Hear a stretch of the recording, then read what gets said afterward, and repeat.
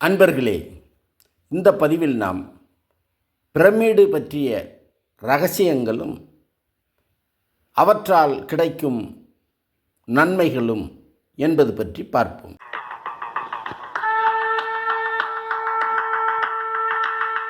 அண்டம் பிண்டம் நிறைந்து நின்ற ஆதிநாதனே போற்றி, அகண்ட பரிபூரணத்தின் ஆதி சாத்தனே போற்றி.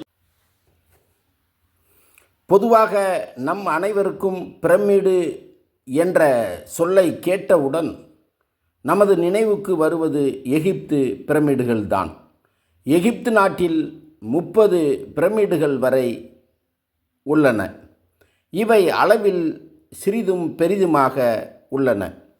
இவற்றில் முதன்மையானது உலக அதிசயங்களில் ஒன்றாக திகழும் கிரேட் பிரமிடு ஆகும். வேறு சில பிரமிடுகளும் இருந்தது. அவைகள் காலவெள்ளத்தில் கரைந்து சிதைந்து அழிந்து போய் விட்டன. கிரேட் பிரமிடு மிகவும் தொன்மை வாய்ந்தது. இது எகிப்து நாட்டின் தலைநகரான கெய்ரோவிற்கு சுமார் 20 கிலோமீட்டர் தொலைவில் அமைந்துள்ளது.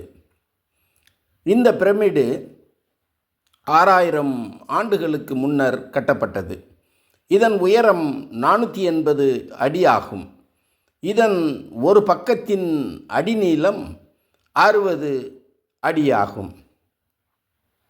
இதில் 26 லட்சம் கிரானைட் கற்கள் பதிக்கப்பட்டுள்ளதாக கூறப்படுகிறது.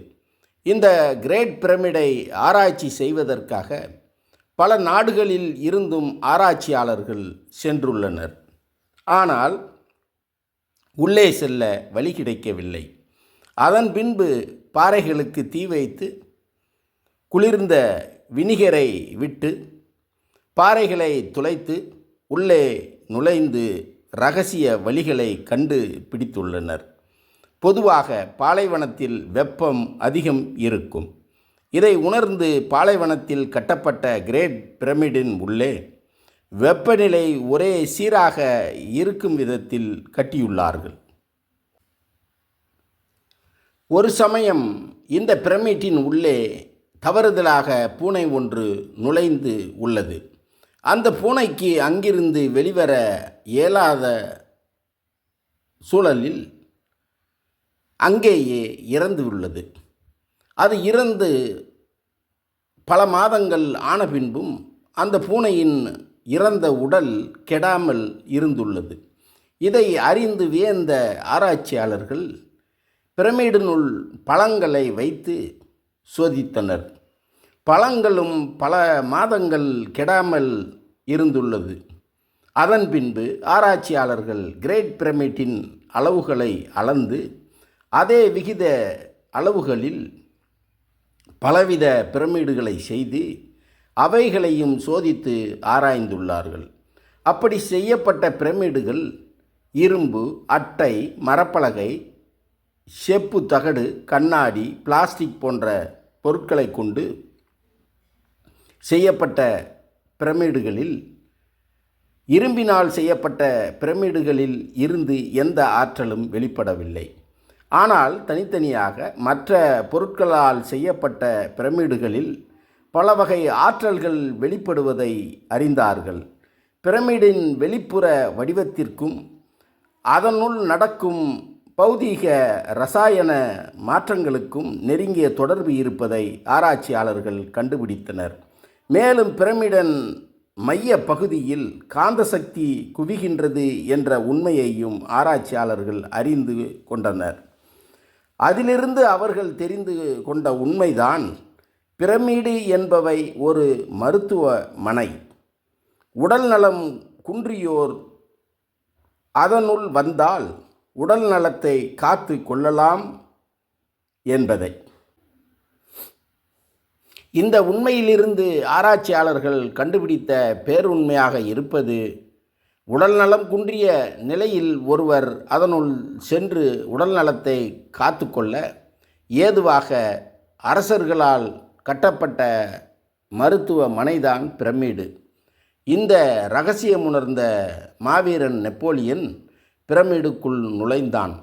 ஆனால் உள்ளிருந்து திரும்பி வெளியே வந்த நெப்போலியன் எதுவும் பேசவில்லை.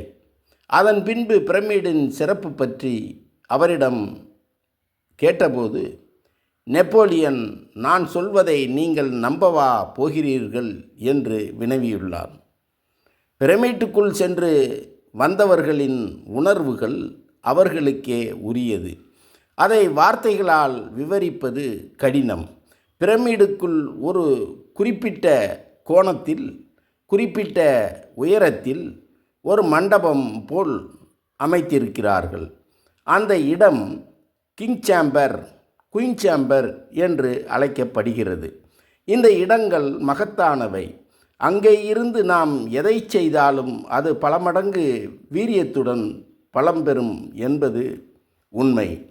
அங்கே இருந்து தவம் செய்வது மிகவும் சிறப்பு ஆகும்.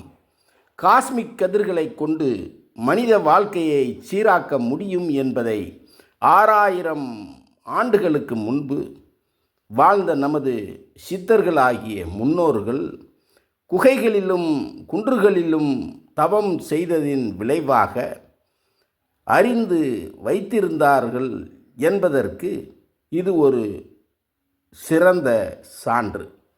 அந்த அனுபவத்தை அடிப்படையாக கொண்டே பிரமிடு என்பது ஒரு நிலைத்த வடிவமாக அமைக்கப்பட்டது. அது அதிக அளவு அண்டவெளி சக்தியை ஈர்க்கக்கூடியதாக உள்ளது. பிரமிடின் அடிப்பகுதியில் இருந்து 3 மடங்கு உயரத்தில் அண்டவெளி சக்தி இருக்கிறது. அது பிரமிடின் அனைத்து பகுதிகளுக்கும் பரவுகிறது. பிரமிடானது இந்த சக்தியை அதிகரிக்கச் செய்து பிரமிடின் அனைத்து பகுதிகளுக்கும் பரவச் செய்கிறது. பிரமிடு எனும் பெயர் சொல் கூட நமது தமிழ் முன்னோர்கள் பெரிய மேடு எனும் பொருள்பட பெரும்மேடு, பெரும்மேடு என அழைத்து அதுவே மருவி திரிந்து பிரமிடு என அழைக்கும் வழக்கமாக பெயர் பெற்றது எனும் இச்செய்திகளோடு மீண்டும் ஒரு பதிவில் சந்திப்போம். நன்றி.